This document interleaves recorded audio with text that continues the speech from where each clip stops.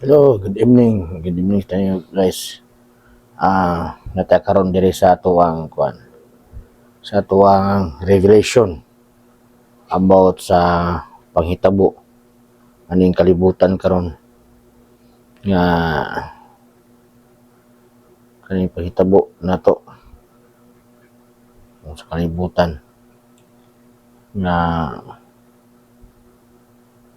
unsay dagan, unsay meaning or buot pasabot sa tuang panghitabo ning kalibutan karon. Unsay mensahe sa Ginoo kaning nahitabo kanato karon. Unsa ba gyud ni siya, kani ba katuyuan o kabubuton ba gyud sa Ginoo?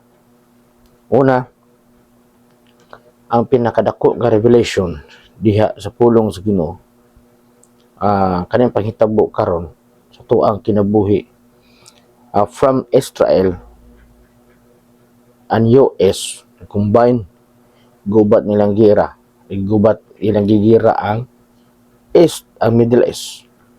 Yun ang Middle East karon na kuan sila na napiktahan. Pag ibiktahan sa Middle East karon, nakuan sila na mo nilang nadangatan o nagian sila nasod karon.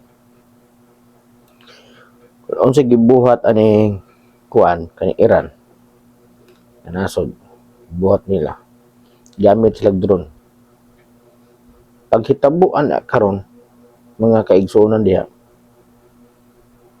di blood moon, di pula ang bulan ug nakita kana sa tibuok kalibutan. Ug klaro ang padayag sa Ginoo, gipadayag diha sa pulong sa Dios nga ang kanang nahitabo karon nga ni blood moon after ana that is suffered og pag-antos o kagutom, kaguol na tanan. Og kana siya pagkahuman sa kagutom, kapait, kalisod, magian sa tao karon. Mo na ang nimahal sa tibuok kalibutan globally. Mahal ang gasolina. Ug ang gasolina mo nagkontrol sa tibuok kalibutan in terms sa economics. Tibuok kalibutan mo nagkontrol niini. Mo ni ang tanan karon pag mahal sa gasolina, mahal ang tanang Pilipino. Ug ang kwarta nga 500 o 1,000 mura nag 100 pesos sa unang panahon.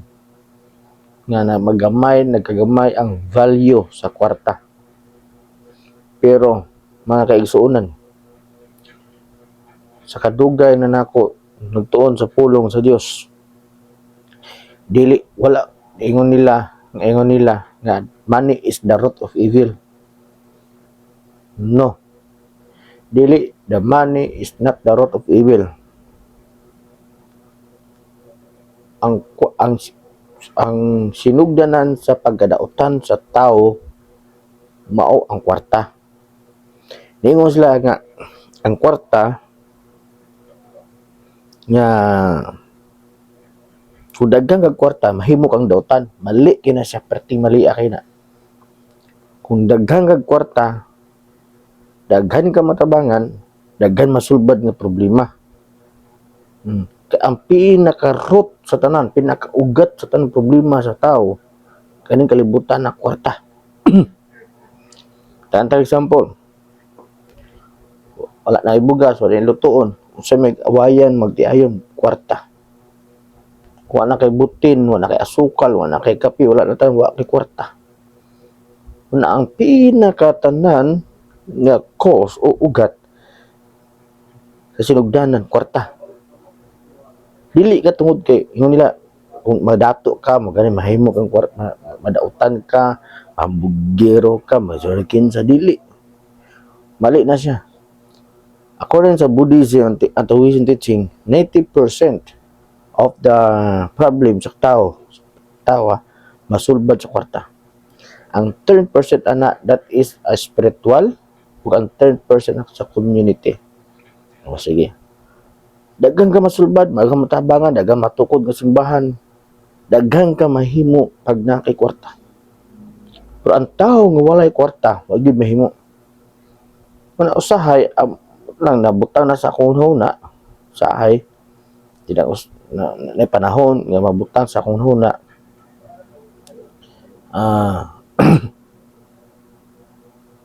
Nga dapat nga ang anak sa alagad sa Ginoo padatuay mudatop kwartahay.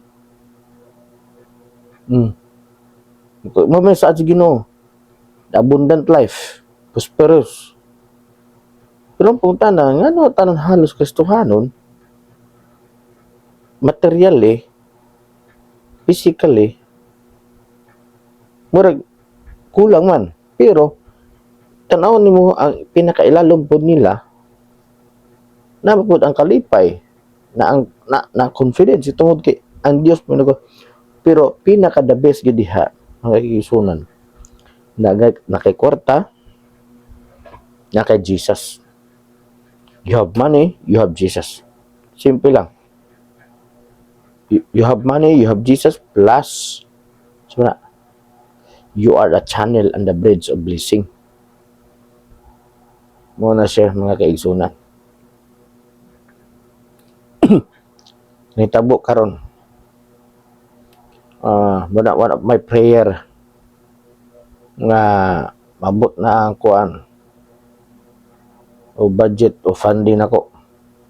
Daghan ta matabangan na, especially itong mga anak sa Dios ug mga alagad sa Ginoo. Ako ginapanumpa sa Ginoo nga tanan nga mga kutob sa mga alagad sa Ginoo nga sama na wagian na grabe pobrehon, grabe pag-antos. Grabe kapait, especially sa ministry, mga panginahanglan sa mga simbahan.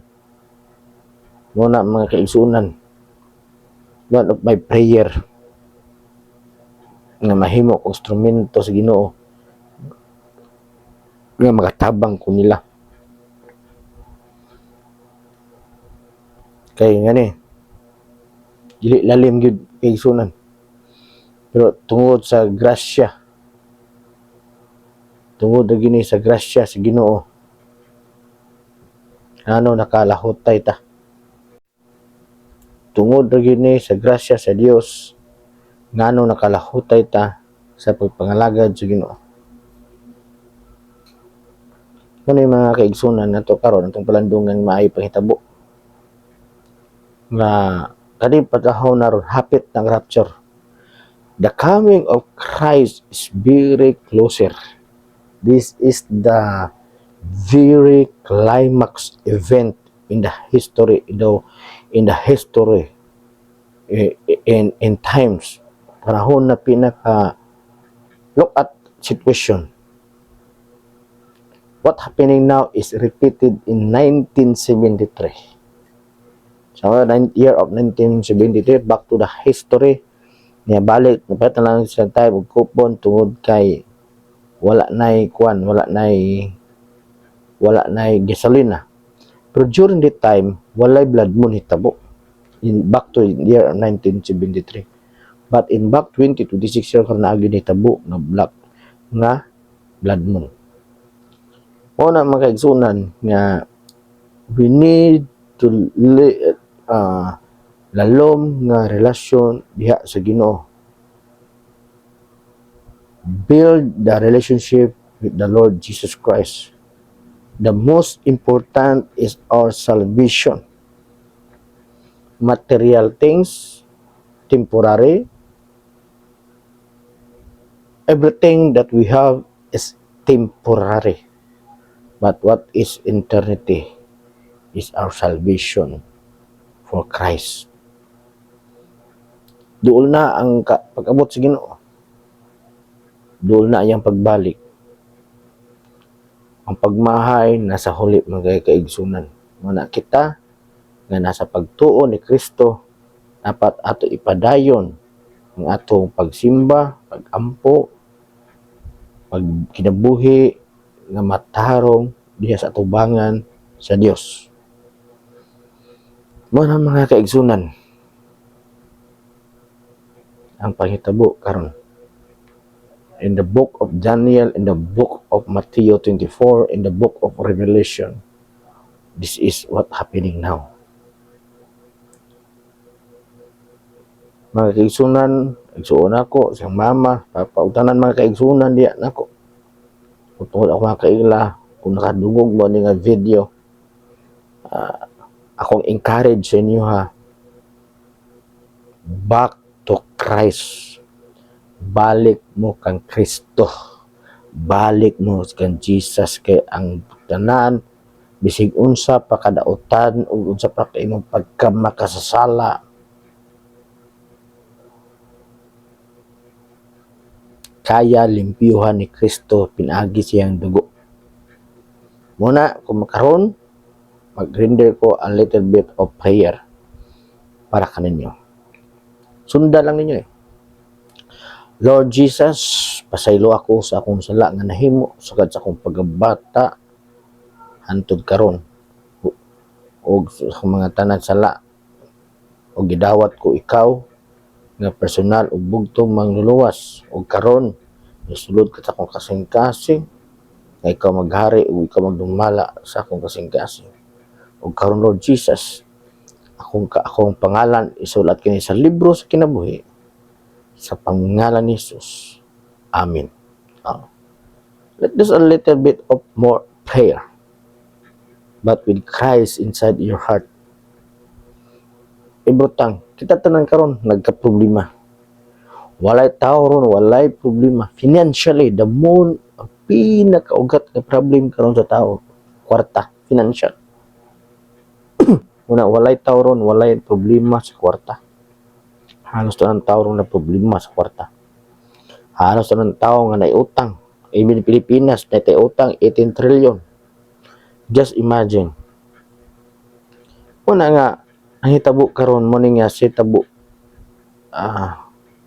hitabo karon mo ni hitabo karon sa tong kinabuhi nga kinahanglan na kita nga madasigon nga lagad sa Ginoo. Ako wala tinighana kong problema, daghang problema, pero kag tuo ko pinagi sa gahom sa dugo ni Kristo Jesus, sulbaron niya ang problema ug siya molihok nini. Kung ako lang, kung tawhanon lang nga pagbati, tawhanon nga kaniya tong problema, disod sulbaron. Pinaagi sa dugo ni Kristo, pinaagi sa iyang gahom sa iyang dugo, kaya niya sulbaron.